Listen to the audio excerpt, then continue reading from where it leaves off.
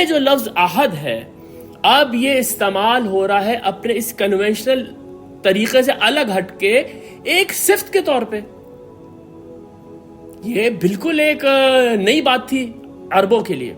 تو سب سے پہلے یہ دیکھیں کہ کسی کے لیے واحد کا لفظ استعمال ہو یا کسی کے لیے احد کا لفظ استعمال ہو، اس میں سے فرق کیا پڑ جائے گا. ہمارے جو مفسرین ہیں ان میں سے کچھ نے یہ کہا ہے کہ احد اور واحد ایک ہی، آپ اس میں کیوں اتنا فرق کرتے ہیں. لیکن امام راغب اصفہانی جیسے عالم یا لغت کے عالم نے احد کو الگ مادہ قرار دیا ہے، واحد کو الگ استعمال کیا ہے. یہاں پر جو فرق ہے اصل میں یہی اصل فرق ہے جو واحد اور احد کو سمجھنے میں ہمارے سامنے آئے گا، اور اس کے اوپر نہایت ہی خوبصورت حاشیہ تفہیم القرآن میں لکھا گیا ہے، وہی میں آج آپ کے سامنے رکھوں گا.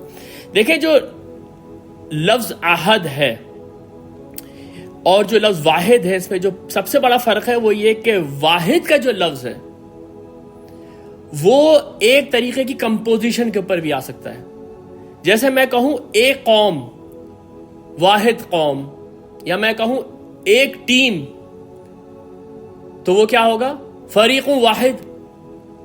ایک آدمی، فرد واحد، لیکن وہ آدمی کیا ہے؟ اس آدمی کی آنکھیں بھی ہیں، جسم بھی ہے، اس کے اندر اپنی بہت ساری کمپوزیشنز ہیں، جس کو فلسفے کی زبان میں کہتے ہیں کئی کثرتوں کے اوپر مبنی ہے. یہ لفظ جب واحد استعمال ہوتا ہے تو اس کے اندر کثرتوں کا ہونا بھی ممکنات میں شامل ہے کہ آپ واحد کا لفظ کسی ایسی چیز کے لیے استعمال کر رہے ہیں جو اپنے اندر کمپوزٹ ہے، اپنے اندر بہت ساری کثرتیں رکھتی ہیں. جیسے ایک قوم، اس قوم کے اندر 22 کروڑ آدمی ہیں، تو 22 کروڑ مل کے واحد بن رہے ہیں. لیکن احد کے لفظ کو جب استعمال کرتے ہیں تو اس کے اندر کسی قسم کی کوئی کمپوزیشن نہیں ہے، اس لفظ کے اندر کوئی کثرت نہیں ہے، وہ لفظ اپنے اندر ایک ہی ہے. یعنی آپ یہ نہیں کہہ سکتے کہ اللہ تعالیٰ جو ہے وہ واحد ہے اور وہ کمپوزٹ ہے، اس کی بھی کوئی روح ہے، اس کا بھی کوئی جسم ہے، اس کی بھی کوئی آنکھیں، آپ یہ کہہ نہیں سکتے، کیونکہ یہ لفظ احد کہتے ہی آپ نے ہر قسم کی کثرت کو اللہ کی ذات سے نکال دیا. اس لیے یہ بات ذہن میں رکھیے کہ یہ جو فرق ہے واحد کا اور احد کا، اس لفظ کو ہمیشہ سے ایسا سمجھا گیا، یہاں تک کہ ہمارے جو صوفیاء ہیں جن کے متعلق میں نے آپ کے سامنے ایک سیشن کیا تھا کہ وہ اس کائنات کی تخلیق کو بیان کرتے ہیں کہ خدا کی جو ذات ہے وہی ڈیسینڈ کرتی گئی نیچے اور اسے یہ کائنات بنتی گئی، جس کو وہ 6 ڈیسینڈز کہتے ہیں یا تنزلات 6 کہتے ہیں. وہ انہوں نے جہاں سے بھی لیا ہے، وہ نیو پلیٹونزم ہے، وہ ساری چیزیں میں آپ کے سامنے رکھ چکا ہوں. کچھ اس کی میں آگے آپ کے ساتھ کنٹینیو بھی کروں گا سیشنز میں، کیونکہ وہ مکمل نہیں ہوئی ہے وہ بات. انہوں نے بھی جب یہ اسٹیجز بنائے ہیں، غور سے دیکھیے گا، میں نے آپ کے ساتھ وہ چارٹ شیئر کیا ہے، تو اس میں جو پہلی اسٹیج ہے جہاں پر کہ خدا صرف تنہا ہے، وہاں پر کوئی نہیں ہے اس کے ساتھ، اس کو وہ خود احدیت کہتے ہیں.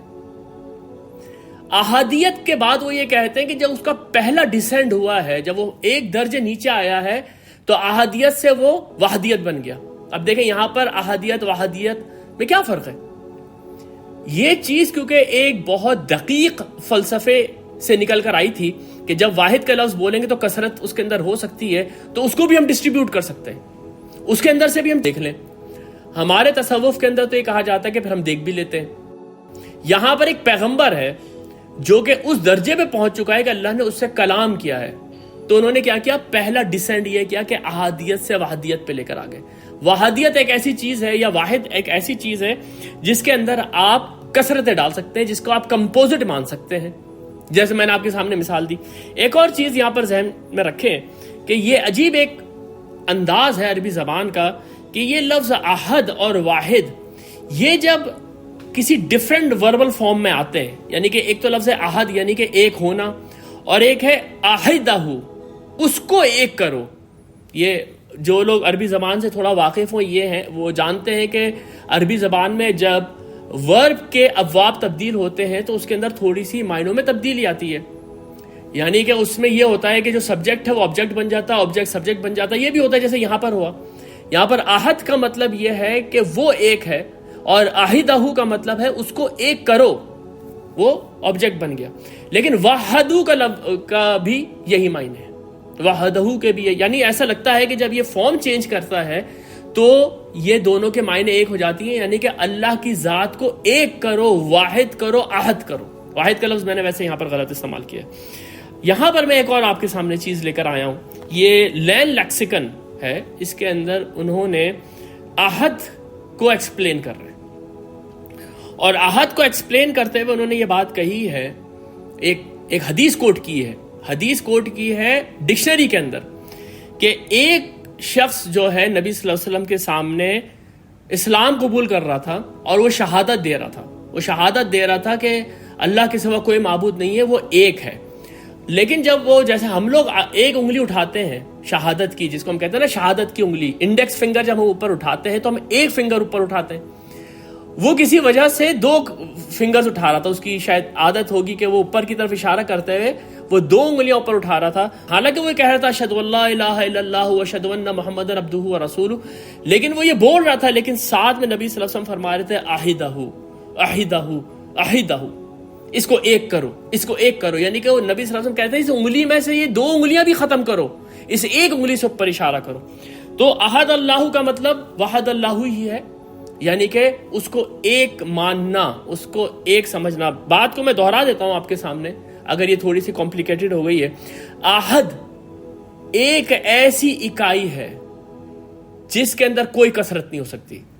احد ایک ایسا ورڈ ہے جس کے اندر ایبسولوٹ نیگیشن ہے اس کے علاوہ ہر چیز کی, جیسا وہ ہے ویسا کوئی بھی نہیں ہو سکتا, اور اس کے اندر کوئی کمپوزٹ فارم اس کی نہیں ہو سکتی. کہ اگر آپ خدا کا تصور کر رہے ہیں اور ساتھ میں یہ کہہ رہے ہیں کہ ٹھیک ہے وہ ایک فرد کی طرح سے ہے, تو فرد کے تو 2 ہاتھ بھی ہیں, 2 پیر بھی ہیں, 2 آنکھیں بھی ہیں, ناک بھی ہے, آپ یہ بھی تصور نہیں کر سکتے, کیونکہ فرد کے اندر بھی جب آپ ایک فرد کا لفظ بول رہے ہیں, واحد کا لفظ استعمال کر رہے ہیں, فرد واحد, وہ بھی کمپوزٹ ہے بہت ساری چیزوں کا, اس کے اندر بھی بہت سارے اجزاء ہیں, خدا کسی اجزاء کا بنا ہوا نہیں ہے.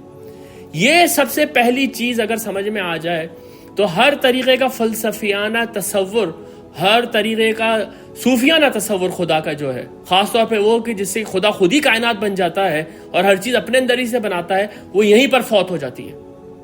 لیکن کیونکہ ہم بات کر رہے ہیں اللہ کی ذات کے بارے میں, جو کہ بہت مشکل مقام ہے اور بہت زیادہ نازک مقام ہے, اسی میں ساری دنیا نے ٹھوکریں کھائی ہیں, لیکن ہمارے ہاتھ میں سورہ اخلاص ہے. ہم سورہ اخلاص کو اگر پکڑ کے کھڑے رہیں گے تو انشاءاللہ تعالی اللہ کی ذات کے بارے میں بھی ہم سے غلطی نہیں ہوگی. ہم سمجھ رہے ہوں گے کہ اللہ کی ذات کے بارے میں قرآن کیا تصور دے رہا ہے. جب یہ سورہ اخلاص کا درس میں مکمل کروں گا تو میں آپ کے سامنے ایک سمری رکھوں گا کہ عقائد بنتے کیا ہیں پھر ہمارے قرآن سے, کہ اللہ کی ذات کے متعلق ہمیں سوچنا کیسے ہے. کیا ہم یہ سوچیں گے کہ اس کے ہاتھ ہیں, اس کے پیر ہیں, یا اس کا چہرہ ہے, یا ہم یہ سوچیں گے کہ وہ بھی ایک مرکب وجود ہے جس کے اندر سے چیزیں نکل رہی ہیں, پہلے ایک نور نکلا, پھر اس کے بعد ایک عقل نکلی, اس کے بعد چیزیں ڈسٹریبیوٹ ہوتی چلی گئی, پوری کائنات بن گئی. کیا ہم یہ سوچیں گے؟ یہ سب ہم سوچ ہی نہیں سکتے جب لفظ احد کا استعمال ہوگا. یہ لفظ احد اللہ کی یونیکنیس کو, اب دیکھیں یہاں پر میں ترجمہ کرتا ہوں, قل هو اللہ احد, کہہ دو اے پیغمبر کہ وہ اللہ ہے. تم پوچھ رہے ہو کہ میرا معبود کون ہے, تم پوچھ رہے ہو لا اعبد ما تعبدون ولا انتم عابدون ما اعبد, جس کی میں عبادت کرتا ہوں کون ہے وہ؟ کہہ دو وہ اللہ ہے. لیکن اللہ کو تو تم بھی لوگ بھی مانتے ہو, لیکن نہیں, وہ احد ہے. جس اللہ کو میں مانتا ہوں وہ احد ہے. وہ احد کا مطلب یہ ہے کہ وہ یکتا ہے, وہ یونیک ہے, اس جیسی کوئی شے نہیں ہے, اس کو کسی سے تم کمپیئر نہیں کر سکتے, اس جیسی کسی کی چیز کی تم مورت نہیں بنا سکتے, وہ تمہارے تصور میں نہیں آ سکتا, وہ تمہارے خیال میں نہیں آ سکتا.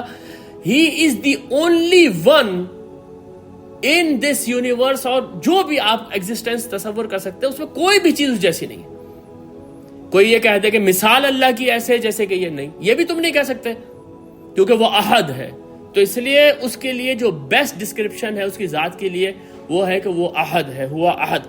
اب آپ دیکھیں کہ یہ لفظ احد قرآن میں, قرآن کی تفسیر اگر ہم قرآن سے کریں تو یہ لفظ قرآن میں کیسے کھولا گیا ہے.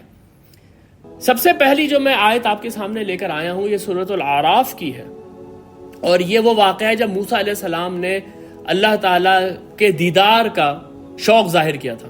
ہمارے یہاں بھی تصوف کے اندر، یا آپ اگر مسٹک ریلیجن میں چلے جائیں تو وہاں پر بھی اصل میں ہے کیا، جد و جہد اس بات کی ہو رہی ہے کہ ہم الٹیمیٹ ریالٹی کو پا لیں یا اس کو دیکھ لیں۔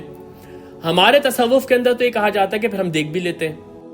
یہاں پر ایک پیغمبر ہے جو کہ اس درجے پہ پہنچ چکا ہے کہ اللہ نے اس سے کلام کیا ہے۔ اللہ تعالیٰ نے قرآن میں ایک یونیکنیس جو حضرت موسیٰ علیہ السلام کی بتائی ہے، وہ کلم اللہ موسیٰ تکلیما، اللہ نے موسیٰ سے بات کی جیسے بات کی جاتی ہے، اور یہ ایک ان کی فضیلت کے طور پہ یہ آیت آئی تھی۔ وہاں پر آپ یہ دیکھیں بات چیت ہو رہی ہے، اللہ سے بات ہو رہی ہے، لیکن وَلَمَّا جَاءَ مُوسَىٰ لِمِيقَاتِنَا وَكَلَّمَهُ رَبُّهُ، اور ہماری جو میٹنگ کا ٹائم تھا اس پہ جب موسیٰ وہاں پہنچ گئے اور انہوں نے اپنے رب سے بات کی، قال ربی ارنی انظر الیک، کہ میرے رب میں چاہتا ہوں کہ میں آپ کو دیکھوں۔ قال لن ترانی، اللہ نے جواب دیا تم مجھے نہیں دیکھ سکتا، ولکن انظر الی الجبل، لیکن تو اس پہاڑ کی طرف دیکھ، فإن استقر مکانہ فسوف ترانی، اگر یہ اپنی جگہ پہ برقرار رہ گیا یہ پہاڑ تو تو مجھے دیکھ سکے گا۔ فلما تجلی ربہ للجبل، اور اس کے بعد تیرے رب نے تجلی کی اس پہاڑ کے اوپر، جعلہ دکا، اور اس کو ریزہ ریزہ کر دیا، وخر موسیٰ صاعقہ، اور موسیٰ علیہ السلام بے ہوش ہو کے گر گئے۔ فلما افاق، جب ان کو افاقہ ہوا کچھ، قال سبحانک تبت الیک، ان کا ہر پرفیکٹ تو آپ کی ذات ہے، سبحان اللہ، ہر کمزوری سے دور تو آپ کی ذات ہے، میں توبہ کرتا ہوں، میں تیری طرف رجوع کرتا ہوں، وَأَنَا أَوَّلُ الْمُؤْمِنِينَ، اور میں سب سے پہلا مومن ہوں۔ اتنی یہ خوبصورت آیت ہے۔ اس سے پہلی چیز یہ دیکھیں کہ جب اللہ کا دیدار کرنے کا شوق پیدا ہوا موسیٰ علیہ السلام کے اندر، اور اللہ نے ان کو کہا کہ تم نہیں دیکھ سکتے، تو انہوں نے کہا میں توبہ کرتا ہوں، میں اس بات سے توبہ کرتا ہوں کہ میں آئندہ اس طرح کی بات کروں۔ دوسری بات یہ کہ میں مومنوں میں سے ہوں، یعنی کہ مومن وہ ہوتا ہے جو اندیکھ ہے اللہ کو مانتا ہے۔ ایمان بالغیب کے اوپر ہی ہم بات چیت کر رہے ہیں نا یہاں پر۔ انہوں نے کہا میں مومنوں میں سے ہوں، انہوں نے نہیں کہا میں موقنین میں سے ہوں، میں نے تو آنکھوں سے دیکھ لیا اب مجھے یقین آ گیا، ایسا تو نہیں ہے۔ تو قرآن تو کچھ اور ہی تصور پیش کر رہا ہے اللہ کی ذات کا، ہمارے یہاں قصے کہانیوں میں کوئی اور ہی تصور ہے، جہاں پر اللہ تعالیٰ سے ملاقاتیں ہو رہی ہیں، جہاں پر اللہ تعالیٰ سے ڈائریکٹ وحی وصول کی جا رہی ہے۔ تو بہرحال آپ آگے چلیں، یہ سورہ شورا کی ایک آیت ہے جو اللہ کی ذات کے بارے میں ہمیں پھر ایک اور آپ سمجھیں کہ انڈیکیشن دے رہی ہے۔ میں یہ آیت بہت مختصر پڑھی جاتی ہے، یہ آج میں پوری لے کر آیا ہوں۔ فاطر السماوات والارض، اے میرے رب تو آسمان اور زمین کا پیدا کرنے والا ہے۔ جعل لکم من انفسکم ازواجا، اور تو نے اور فاطر السماوات والارض، وہ آسمان اور زمین کا پیدا کرنے والا ہے جس نے تمہارے لیے تمہاری جانوں میں سے جوڑے بنائے، وَمِنَ الْأَنْعَامِ أَزْوَاجًا، اور تمہارے ان جانوروں کے اندر سے جوڑے بنائے، يَزْرَعُوكُمْ فِيهِ، اس سے وہ تمہیں اس دنیا میں بڑھاتا ہے، وَلَيْسَ كَمِثْلِهِ شَيْءٌ، اس کی کوئی مثال بھی نہیں ہے، وَهُوَ السَّمِيعُ الْبَصِيرُ، وہ سننے والا ہے اور دیکھنے والا ہے۔ تم یہ سمجھتے ہو کہ جس طریقے سے آسمان اور زمین کی تخلیق ہوئی ہے اسی طرح کی کوئی چیز اللہ ہے؟ نہیں، وہ پہلے بتا دیا کہ وہ تو ان سب کا تخلیق کرنے والا ہے۔ جس طریقے سے تم لوگ پیدا ہوتے ہو، جس طریقے سے تم آگے اپنی نسل بڑھاتے ہو، کیا اس طرح سے خدا پیدا ہوتا ہے یا اس طرح سے خدا نے اس کائنات کو پیدا کیا ہے؟ نہیں، یہ ساری چیزیں بڑے ہی سادے انداز میں شروع میں بتا کے کہا گیا لیس کمثلہ شیء، اس کی کوئی مثال بھی نہیں ہے۔ یہ تو قرآن کی ڈائریکٹ آیت ہے، اس لیے جب بھی میں اور آپ خدا کی ذات کے بارے میں بات کریں تو یہ ہمارا متفقن علیہ عقیدہ ہے کہ ہم اللہ کی ذات کے لیے کوئی مثال بھی نہیں بیان کریں گے، ہم اللہ کی ذات کے لیے کوئی کیفیت بھی نہیں بیان کریں گے۔ اس وقت اللہ میاں کیا کر رہے ہیں، ہم یہ لفظ بول ہی نہیں سکتے ہم کہ یہ ابو جان جو ہیں تو یہ بڑے رحم دل آدمی، لیکن اس وقت ابو جان غصے میں ہے، یہ آپ اللہ کے لیے نہیں بول سکتے۔ اللہ تعالیٰ اس وقت غصے میں ہے، کل وہ اللہ تعالیٰ جو تھا وہ غصے میں نہیں تھا، رحم دل تھا۔ اس کو اللہ کو آپ ٹائم باؤنڈ کر رہے ہیں، اس کے اندر آپ موڈ سوئنگز لے کر آ رہے ہیں۔ اللہ تو جب ہم ابھی آگے چل کے دیکھیں گے کہ وہ تو ٹائم اور اسپیس سے ماورا ہے، تو آپ اس کی کیفیت سمجھ ہی نہیں سکتے۔ پہلی چیز، آپ اللہ کے لیے کوئی مثال نہیں بیان کر سکتے، لیس کمثلہ شیء، اس جیسی کوئی مثال ہی نہیں ہے۔ اب یہ والی ذرا آیت سنیں، اس والی آیت کی تفسیر میں جو کچھ لکھا گیا ہے، ہمارے پاس وقت کم ہوتا ہے، نہیں تو میں آپ کے سامنے یہ سورہ زخرف آپ لوگ چاہیں تو پڑھیں، اس کی تفسیر پڑھیں۔ اللہ کی ذات کے ساتھ شرک کے اوپر یہ نہایت عمدہ سورہ قرآن کی. اس میں فرمایا گیا وَجَعَلُوا لَهُ مِنْ عِبَادِهِ جُزْءًا إِنَّ الْإِنسَانَ لَكَفُورٌ مُبِينٌ. اور ان لوگوں نے اس کے لیے اس کے بندوں میں سے جزء بنا دیے ہیں. جزء کا یہ جو لفظ ہے یہ نہایت ہی امپورٹنٹ ہے. یہاں پر جزء ایک تو یہ ہوتا ہے کہ میری اولاد میرا جزء ہے، میرے اندر سے ہی پیدا ہوئی ہے تو وہ میرا جزء ہے. ایک تو یہ شرک کیا لوگوں نے. اور یہاں پر غور سے اس بات کو دیکھیے گا کہ عباد کا لفظ استعمال ہوا ہے. میرے بندوں میں سے انہوں نے میرے جزء ٹھہرا دیے، میرا حصہ ٹھہرا دیے، a part of mine. لیکن قرآن کریم میں ملائکہ کو بھی اللہ کے عباد کہا گیا ہے. یہ دیکھیں سورہ زخرف میں ہی ہے وَجَعَلُوا الْمَلَائِكَةَ الَّذِينَ هُمْ عِبَادُ الرَّحْمَنِ إِنَاثًا. اور انہوں نے بنا دیے فرشتوں میں سے جو کہ اللہ کے بندے ہیں عورتیں، ان کو عورتیں بنا دیا. یعنی کہ اگر کوئی یہ کہے کہ اللہ کا جزء بنا دیا تو اللہ کا جزء بنایا تو وہ تو عیسیٰ علیہ السلام کو بھی بنایا، ان کا بیٹا بنا دیا، ملائکہ کو بھی بنا دیا. یعنی کہ انہوں نے یہ مانا کہ اللہ کی ذات سے نکل رہے ہیں عیسیٰ علیہ السلام، اللہ کی ذات سے نکل رہے ہیں یہ فرشتے. یعنی کہ پہلی چیز تو یہاں پر جو نگیشن ہو گئی وہ یہ کہ اللہ کی ذات سے کوئی چیز نہیں نکل سکتی، کیونکہ وہ احد ہے. اس کے اندر ترکیب نہیں ہو سکتی، اس کے اندر کمپوزیشن نہیں ہو سکتی. اس میں ابھی میں لفظ صمد کا جب ترجمہ آپ کے سامنے رکھوں گا تو لفظ صمد کے کئی ترجمے ہیں. ان میں سے ایک ترجمہ یہ ہے کہ وہ مطلب صمد کا لفظ استعمال کیا جاتا تھا ایک ایسی ٹھوس چٹان کے لیے جس کے نہ اندر سے کوئی چیز باہر آ سکتی تھی نہ باہر سے کوئی چیز اندر جا سکتی تھی.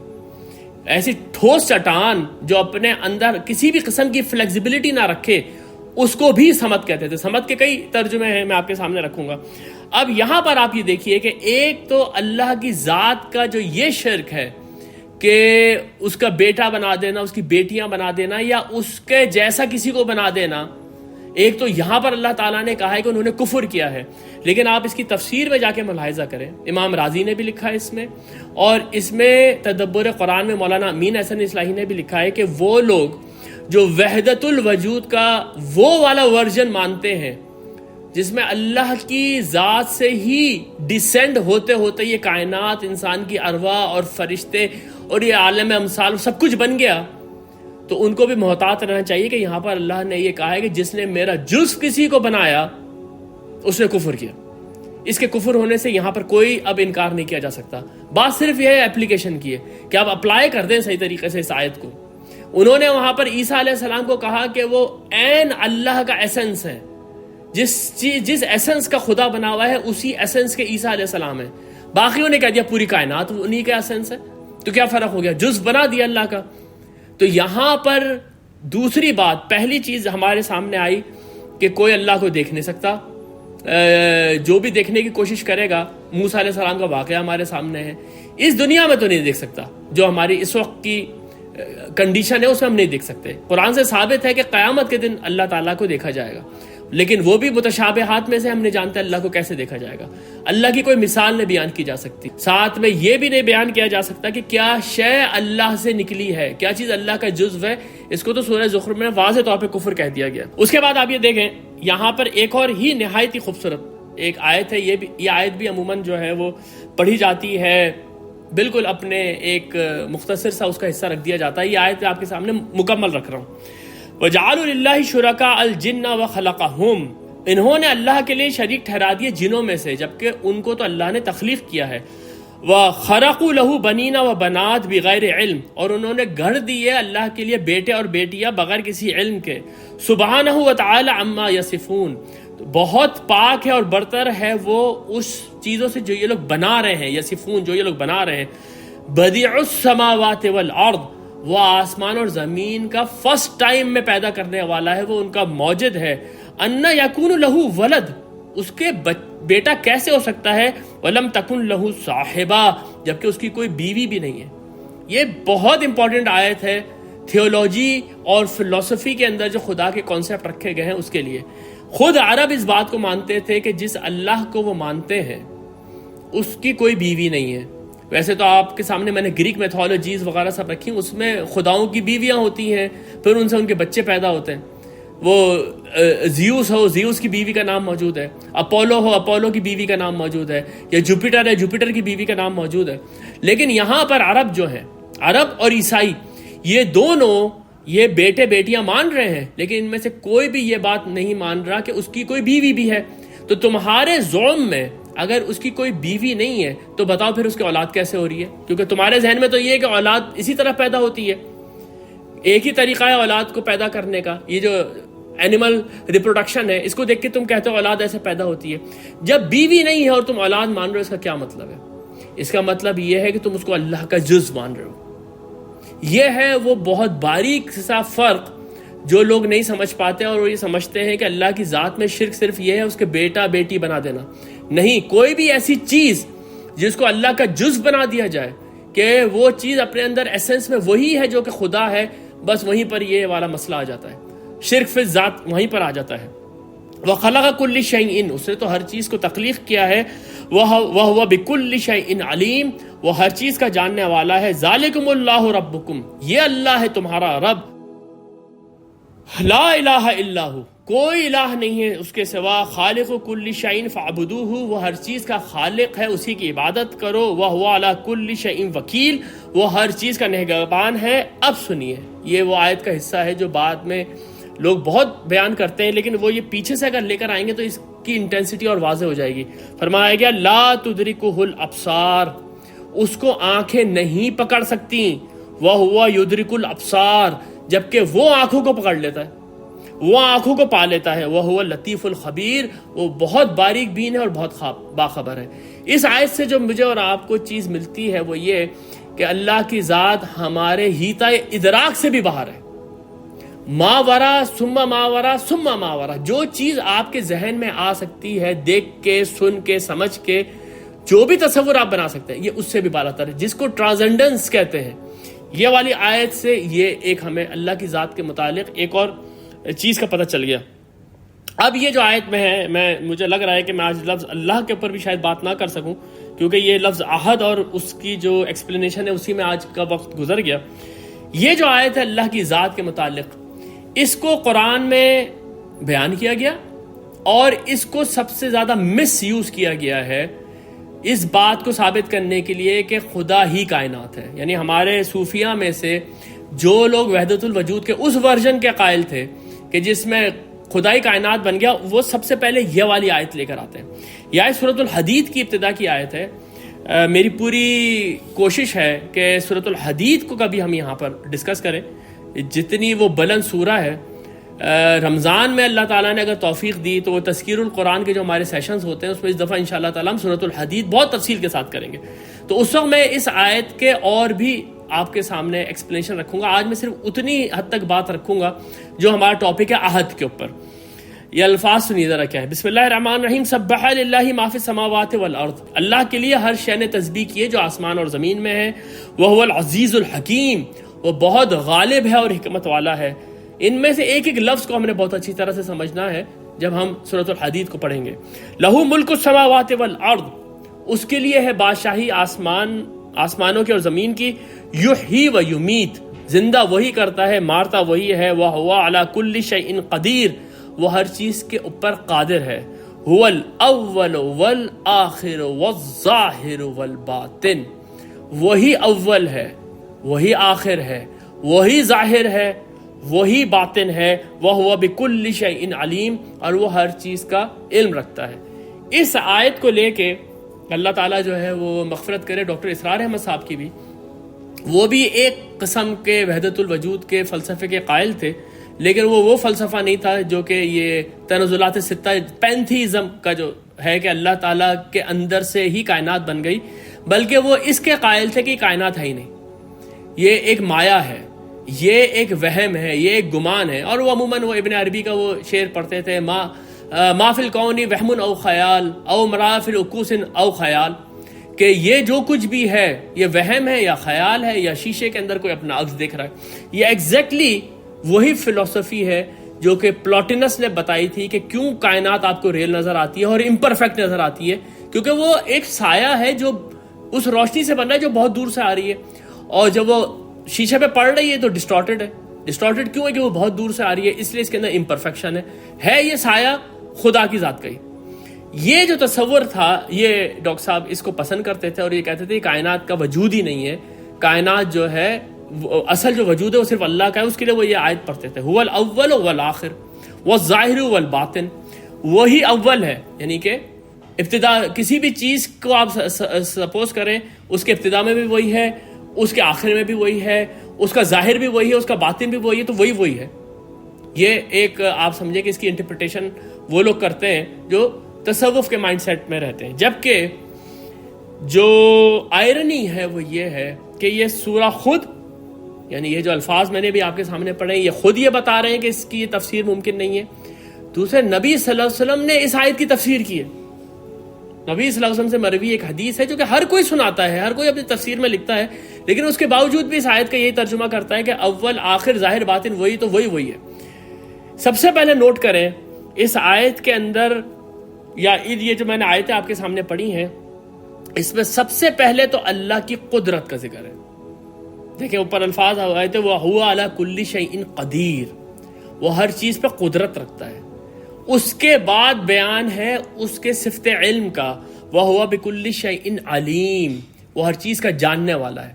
قدرت کی جب بات ہوئی تھی کہ وہ ہر چیز پہ قدرت رکھتا ہے، تو اس کے لیے آسمان اور زمین کی تخلیق کا ذکر ہوا تھا، زندہ اور مردہ ہونے کا ذکر ہوا تھا۔ جب اس کے صفت علم کا ذکر ہوا ہے تو یہ ہے کہ وہ اول بھی ہے، وہ آخر بھی ہے، وہ ظاہر بھی ہے اور باطن بھی ہے۔ اس کا سیدھا جو معنی ہے وہ یہ ہے کہ کوئی بھی ایسا وقت نہیں تھا جس کو آپ یہ کہہ سکیں کہ اس وقت اللہ نہیں تھا، یعنی کہ آپ یہ کہیں کہ ایک ایسا وقت بھی گزرا ہے جس وقت خدا نہیں تھا پھر خدا ہو گیا، یہ بھی آپ نہیں کہہ سکتے۔ نہ کوئی ایسا وقت ہوگا جب کہ خدا نہیں ہوگا، یعنی کہ خدا جو ہے وہ ٹائم سے آزاد ہے۔ پہلی چیز یہ ہو گئی، وہ ٹائم سے ماورا ہے، وہ ٹرانسینڈنٹ ہے ٹائم سے۔ اس کے بعد ہے وہ ظاہر والباطن، یعنی کہ ظاہر بھی وہی ہے، باطن بھی چھپا ہوا بھی وہی ہے۔ اب اس کو نبی صلی اللہ علیہ وسلم نے ایکسپلین کیا کہ اس کے معنی کیا ہیں۔ یہ ہے سنن ابی داؤد کی حدیث، وقت کی کمی کی وجہ سے میں اس حدیث کا صرف آخر کا حصہ پڑھ رہا ہوں۔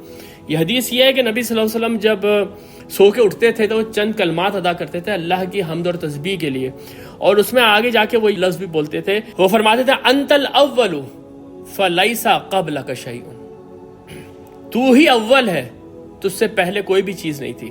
وانت الآخر ولیس بعدک شیء، اور تو ہی سب سے آخر ہے، تیرے بعد کچھ بھی نہیں ہے۔ فلیس وانت الظاہر ولیس فوقک شیء، تو ہی ظاہر ہے، تیرے اوپر کچھ نہیں ہے۔ غور کیجئے گا ذرا یہاں پر، ویسے تو ہم اس سورۃ الحدید کی تفسیر میں انشاءاللہ تعالی اس کو اور واضح کریں گے۔ وانت الباطن فلیس دونک شیء، اور تو ہی سب سے نیچے ہے، تیرے نیچے کوئی نہیں ہے۔ یہاں پر کیا ہوا ہے، یعنی کہ آپ یہ نہیں کہہ سکتے کہ اسپیس کی کوئی ایسی جگہ ہے جس کے اوپر یا تو اللہ بیٹھے ہوئے ہیں یا جس کے نیچے اللہ ہے۔ تو یہاں پر اس کا سیدھا مطلب یہ ہو گیا کہ اللہ تعالیٰ اسپیس سے بھی ماورا ہے، یعنی کہ وہ زمان اور مکان دونوں سے ماورا ہے، لیکن وہ اپنے علم سے ہر چیز کا احاطہ کیے ہوئے۔ یہ اس آیت کے سیدھے معنی ہیں، انت الاول والآخر والظاہر والباطن۔ جب آپ ایک ایسے ٹرانسینڈنٹ گاڈ کا تصور کرتے ہیں جو ٹائم سے بھی آزاد ہے اور اسپیس سے بھی آزاد ہے، تو یہ ٹائم اور اسپیس سے اس کی تخلیق ہو گئی۔ آپ اور میں جو بھی چیز سوچ سکتے ہیں وہ اس ٹائم اور اسپیس کے اندر ہی سوچ سکتے ہیں، اس کے باہر ہم فورتھ ڈائمینشن نہیں سوچ سکتے، ہم ففتھ ڈائمینشن نہیں سوچ سکتے، یہ ہماری لمیٹیشن ہے۔ جب وہ اس سے بالاتر ہے تو آپ تو اس کے بارے میں سوچ ہی نہیں سکتے۔ یہ وہ چیز ہے جو یہاں پر بیان کی گئی کہ اس کی ذات کے بارے میں سوچو بھی مت کہ وہ کیسی ہے۔ یہاں پر علامہ اقبال کا ایک بہت ہی خوبصورت شعر ہے کہ خرد ہوئی ہے زماں و مکا کی زناری، نہ ہے زماں نہ ہے مکا لا الہ الا اللہ۔ خرد کا مطلب ہے ذہن، ذہن جو ہے انسان کا وہ زماں اور مکا کی قید میں ہے، لیکن جب تم اللہ کا تصور کرو تو نہ ہے زماں نہ ہے مکا، نہ تو وہاں پر کوئی ٹائم ہے نہ ہی وہاں پر کوئی اسپیس ہے، صرف لا الہ الا اللہ ہے۔ یہ جو تصور ہے خدا کا، اس کو میں آپ کے سامنے چند الفاظ اور رکھوں گا، پھر انشاءاللہ تعالیٰ آج کے موضوع کو ختم کرتے ہیں، کہ بہت سارے لوگ ایسے ہیں جو یہ کہتے ہیں کہ اللہ تعالیٰ تو نور کے بنے ہوئے، اور اللہ نور السماوات والارض، اس کے اوپر ہم نے بات کی تھی پہلے ہی، کچھ بھی نہیں ہے بس نور ہے۔ دو حدیثیں ہیں، میں پوری کی پوری حدیثیں لے کر آیا تھا آپ کے سامنے، بس میں اس کے جو پنچ لائنز ہیں وہ آپ کے سامنے رکھ رہا ہوں۔ ایک حدیث تو یہ ہے جس کے اندر یہ فرمایا گیا ہے کہ اللہ کی ذات کا جو پردہ ہے، اس کی ذات کا، اس کی پرسنالٹی کا جو ویل ہے وہ نور ہے، کیونکہ اگر وہ نور بھی ہٹ گیا سامنے سے تو جہاں تک بھی اس کے چہرے کے انوار پہنچیں گے وہ چیزوں کو تباہ کر دیں گے، جلا دیں گے۔ وہ جو ہم نے موسیٰ علیہ السلام کے واقعے میں دیکھا کہ اللہ تعالیٰ نے اپنی ذات کو نور کے اندر چھپا کے رکھا ہوا ہے۔ یہ حدیث جو میں نے آپ کو سنائی ہے یہ صحیح مسلم کی حدیث ہے۔ ایک اور حدیث ہے، طویل حدیث ہے تھوڑی سی، لیکن میں آپ کے سامنے اس کی پنچ لائن رکھتا ہوں۔ یہ مشکات سے حدیث لی گئی ہے، اور اس میں حضرت جبرائیل جو ہے وہ نبی صلی اللہ علیہ وسلم کو یہ بتا رہے ہیں کہ میں جو ہوں وہ ایک دفعہ اپنے رب کے اتنا نزدیک ہوا کہ کوئی شے اتنا نزدیک نہیں ہو سکی۔ میں ایک دفعہ اپنے رب سے اتنا قریب ہوا، کوئی شے بھی جو آپ سوچ سکتے ہیں وہ اتنا قریب نہیں ہوئی جتنا میں قریب ہو گیا تھا۔ تو نبی صلی اللہ علیہ وسلم نے پوچھا کہ وہ کیسا تھا، وہ قریب ہونا کیسا تھا؟ تو انہوں نے جواب دیا، میرے اور میرے رب کے درمیان 70,000 نور کے پردے تھے، یہ سب سے قریب ہونا ہے۔ یہ ساری کی ساری باتیں جو سامنے رکھی گئی ہیں آپ کے، یہ ساری کی ساری جو ایکسپلینیشن دی گئی ہیں، یہ صرف لفظ احد کو ایکسپلین کرنے کے لیے کہی گئی ہیں۔ لفظ احد کو اللہ کے ساتھ ملائیں گے تو ترجمہ وہی بن جائے گا لا الہ الا اللہ۔ لا الہ کوئی بھی معبود نہیں ہے، کسی بھی قسم کا کوئی معبود نہیں ہے، لیکن لفظ احد اس کی ذات کو یونیک، ون اینڈ اونلی، نہ تو کوئی اس کی مثال دی جا سکتی ہے، نہ اس کی کوئی کیفیت بیان کی جا سکتی ہے، نہ ہی اس کو کسی زمانے میں رکھا جا سکتا ہے، نہ ہی اس کو کسی مکان میں رکھا جاتا ہے۔ جب آپ کو اس کا تصور ہی نہیں ہے تو آپ اس کی تشبیہ کیا بنائیں گے؟ تو آپ اس کی تشبیہ نہیں بنا سکتے، کیونکہ وہ احد ہے، وہ واحد نہیں ہے، اس کے اندر کوئی بھی کمپوزیشن نہیں ہے، اس کے اندر کوئی بھی اشتراک نہیں ہے۔ تو آپ یہ بھی نہیں کہہ سکتے وہ فرد ہے، کہ اس کے ہاتھ ہیں، کہ اس کے پیر ہیں، یا اس کا چہرہ ہے، یہ بھی آپ نہیں کہہ سکتے۔ یعنی کہ آپ نہ تو تجسیم کا عقیدہ رکھ سکتے ہیں کہ وہ کوئی جسم رکھ سکتا ہے، نہ آپ تشبیہ کا عقیدہ رکھ سکتے ہیں کہ اس کی کسی طرح کی تشبیہ میں بنا دوں، لیس کمثلہ شیء، نہ ہی آپ اس کی کیفیت بیان کر سکتے ہیں۔ یعنی کہ جو ہمارے علماء کہتے ہیں کہ بلا کیف، اللہ کی ذات کے بارے میں جب بات ہوگی تو کیفیت ہم نہیں بیان کریں گے کہ اس کی کیفیت کیا ہے، تمثیل بھی نہیں بیان کر سکتے، ماہیت بھی نہیں بیان کر سکتے۔ یہ ساری کی ساری چیزیں جب ذہن میں آ جائیں گی تو لفظ احد کا ترجمہ ہے، اور جس کو میں نے آپ کو کہا تھا کہ عموماً اس کو نیگیٹو تھیولوجی کہا جاتا ہے، یعنی کہ آپ یہ بات جان لیں کہ آپ کیا نہیں جان سکتے، اور یہی ایبسولوٹ نیگیشن ہے لفظ احد کی، کیونکہ ابتدا میں تو لفظ احد اللہ کی صفت کے طور پہ استعمال ہوا ہے، قل هو اللہ احد، لیکن جب یہ سورہ کنکلوڈ ہو رہی ہے تو احد کا لفظ دوبارہ آئے گا، وَلَمْ يَكُنْ لَهُ كُفُوًا أَحَدٌ، وہاں پر یہ اللہ کی صفت کے طور پہ نہیں استعمال ہوا ہے، بلکہ یہ اسی ایبسولوٹ نیگیشن کے لیے استعمال ہوا ہے جس کو آج میں نے آپ کے سامنے واضح کرنے کی کوشش کی۔ آج میں اپنا سیشن یہیں پر مکمل کرتا ہوں۔ جو میرا ارادہ تھا کہ میں لفظ اللہ کو بھی آج تھوڑا سا ایکسپلین کروں گا، وہ میں نہیں کر سکا، معذرت چاہتا ہوں، لیکن اس سورہ کے اوپر اگر ہم اچھی طریقے سے گزر گئے تو انشاءاللہ تعالی اللہ کے بارے میں جو ہمارا ایمان ہے وہ بالکل واضح ہو جائے گا۔ بارک اللہ لی ولکم فی القرآن العظیم ونفعنی وإیاکم بالآیات وذکر الحکیم۔